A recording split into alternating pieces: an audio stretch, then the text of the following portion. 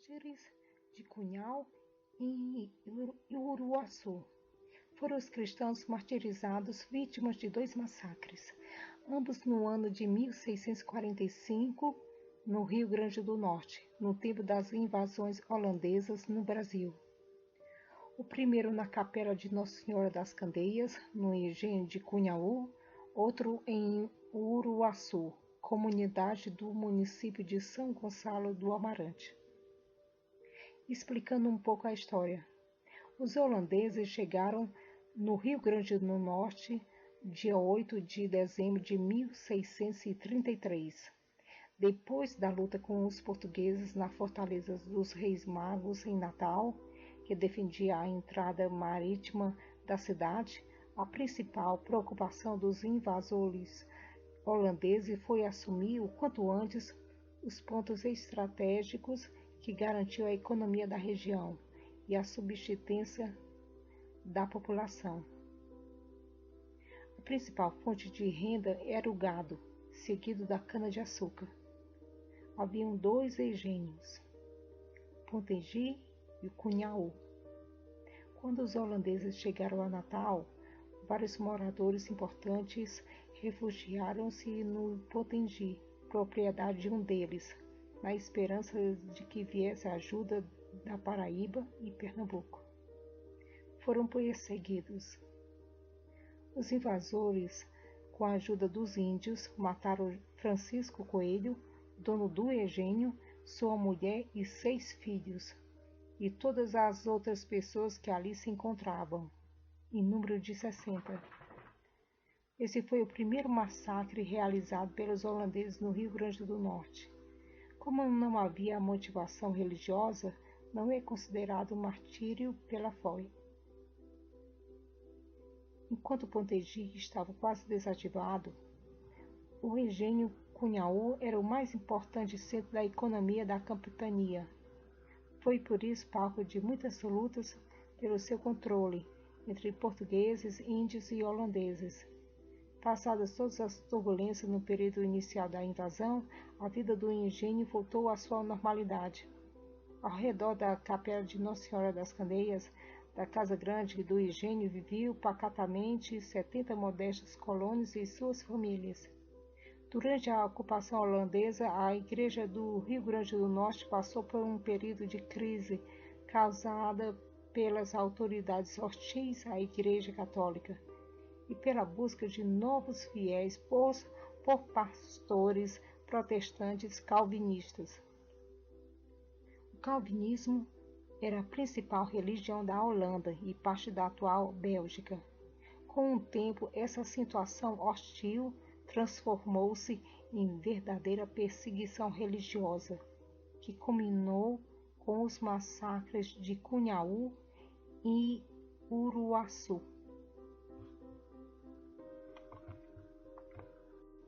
Martírio de Cunhaú. Dia 15 de julho de 1645, chegou em Cunhaú Jacob Rabi, trazendo consigo seus amigos e liderados, os ferozes índios tapuias e, além deles, alguns índios potiguares, com o chefe Gerera e soldados holandeses. Jacob Rabi era conhecido por seus saques e desmandos, feitos com a conivência dos holandeses, deixando um rastro de destruição por onde passava. Dizendo-se em missão oficial pelo Supremo Conselho Holandês do Recife, convoca a população para ouvir as ordens do Conselho após a missa dominical no dia seguinte. Sua simples presença deixou todos tensos e com medo. Uma chuva torrencial na manhã de domingo, dia 16 de julho de 1645, alagando sobremaneira os caminhos da região, impediu que o número de pessoas a comparecer na missa fosse maior. Foi uma chuva providencial. Com medo do Jacob Rabi, algumas pessoas esperavam na casa de engenho. Os fiéis chegaram na Santa Missa. O padre André de Soberal iniciou a missa. Após a elevação da hóstia e do cálice, erguendo o corpo do Senhor para a adoração dos presentes, a um sinal de Jacob Rabi, foram fechadas todas as portas da igreja e se deu início ao terrível massacre. Foram cenas de grande atrocidade. Os fiéis em oração, tomados de surpresa e completamente indefesos, foram covardemente atacados e mortos pelos holandeses, com a ajuda dos tapuias e dos potiguares. Ao perceber que iam ser mesmo sacrificados, os fiéis não se rebelaram. Ao contrário, entre ânsias e se confessaram ao sumo sacerdote Jesus Cristo, nosso Senhor, pedindo-lhe cada qual com grande contrição perdão de seus pecados, enquanto o padre André estava exortando-os a bem morrer, rezando apressadamente o ofício da agonia. Os primeiros ataques ao sacerdote padre André de Soberal partiram dos tapuias. O padre, porém, falando a língua indígena, na qual era bem versado, exortou-os a não tocar na sua pessoa ou nas imagens e objetos do altar, sob pena de ficarem tolhidos as mãos e as partes do corpo quem o fizessem. Os tapuias recuaram receosos, mas os potiguares não deram importância às palavras do sacerdote, arremetendo contra o ministro de Deus e fazendo-o em pedaços. O autor da façanha foi o chefe dos índios potiguares, o chefe Gerera, que empunhando uma adaga, feriu de morte o padre André. Os que haviam se refugiado na casa do senhor de engenho tiveram o mesmo destino. Depois da igreja, a casa de engenho foi invadida. 3 conseguiram fugir, escapando pelos telhados. Os outros tentaram se defender como puderam, mas também foram mortos. A disposição dos fiéis à hora da morte era de verdadeiros mártires, ou seja, aceitando voluntariamente o martírio por amor a Cristo. Os assassinos agiam em nome de um governo que hostilizava abertamente a Igreja Católica. As vítimas tinham plena consciência disso. De toda essa numerosa multidão de mártires, cerca de 70 pessoas, apenas 2 foram identificadas e por isso beatificadas: o padre André de Soberal e Domingos de Carvalho. Martírio de Uruaçu. Em 3 de outubro de 1645, 3 meses depois do massacre de Cunhaú, aconteceu outro, desta vez em Uruaçu, este também a mando de Jacob Rabi.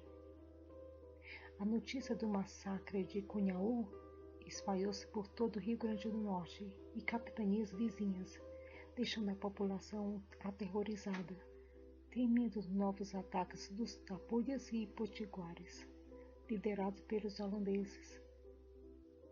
Depois do massacre de Cunhaú, alguns moradores influentes, liderados pelo padre Ambrósio Ferro, que exercia as funções de vigário de Natal, pediram abrigo na fortaleza dos 3 reis magos em Natal. Os que não foram construíram uma paliçada para proteger a localidade conhecida como Potengi.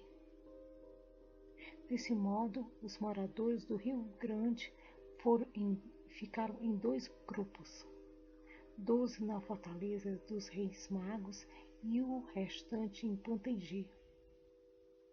Dia 2 de outubro chegaram ordens do governo de Recife mandando matar todos os moradores daquelas comunidades, o que foi feito no dia seguinte, 3 de outubro. Os holandeses decidiram eliminar primeiro os 12 da fortaleza dos Reis Magos, por serem pessoas influentes, servindo de exemplo o vigário padre Ambrósio, um escabino, um rico proprietário. Foram embarcados e levados rio acima para o porto de Uruaçu. Lá os esperava o chefe indígena potiguar Antônio Paraopaba e um pelotão armado de 200 índios. Este chefe foi educado na Holanda e convertido à religião calvinista, da qual era fanático defensor. Logo que chegaram, os holandeses ordenaram os 12 para que se despissem e se ajoelhassem. Chamando os índios que estavam emboscados, eles cercaram os pobres indefesos e deram início à requintada carnificina que se seguiu. Arrancaram suas línguas para não proferirem orações católicas, braços e pernas foram decepados, crianças foram partidas ao meio e grande parte dos corpos foram degolados. O padre Ambrósio Francisco Ferro foi torturado até a morte. O camponês Mateus Moreira teve o coração arrancado do peito pelas costas. Quando o carrasco arrancou seu coração, milagrosamente ainda teve forças para bradar em voz alta: Louvado seja o Santíssimo Sacramento. Os que morreram por essas e outras crueldades começaram a ter os membros cortados e dessa forma entregaram a alma a Deus. Depois de mortos, a barbaridade continuou e seus corpos foram feitos em pedaços. Em contraste a essa violência, temos a atitude serena e profundamente cristã das vítimas. Além disso, importantíssimo para a caracterização do martírio pela fé, foi justamente a presença de um pastor protestante calvinista que tentou fazê-los renunciar à fé católica e converterem-se à seita protestante. Confessaram em alta voz que morriam na verdadeira fé. Nas atrocidades do martírio se manifesta o ódio à fé católica por parte dos assassinos, pela forma como foi tratado o padre Ambrósio. Por ser sacerdote, estando ainda ele vivo, foi mais duramente torturado. Quanto aos outros moradores que estavam presos em Potengi, eles aguardavam o martírio em clima de grande religiosidade. Dentro da fortificação em Potengi eram realizadas orações, procissões, jejuns, penitências fortíssimas.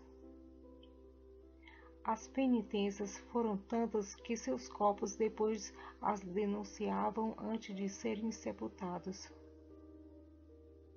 Embora somente os homens é que deveriam ser levados para a morte, sabe-se que algumas mulheres com seus filhos acompanharam os chefes de família e foram também sacrificados.